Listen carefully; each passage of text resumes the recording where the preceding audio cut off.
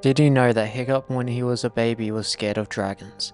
Spoilers for the Riders of Berk episode Breakneck Bog ahead.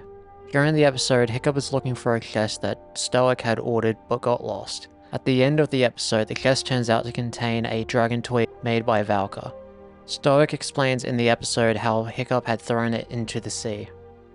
Most people are afraid of things because they don't understand them. For me, it was dragons. Then one day, that changed.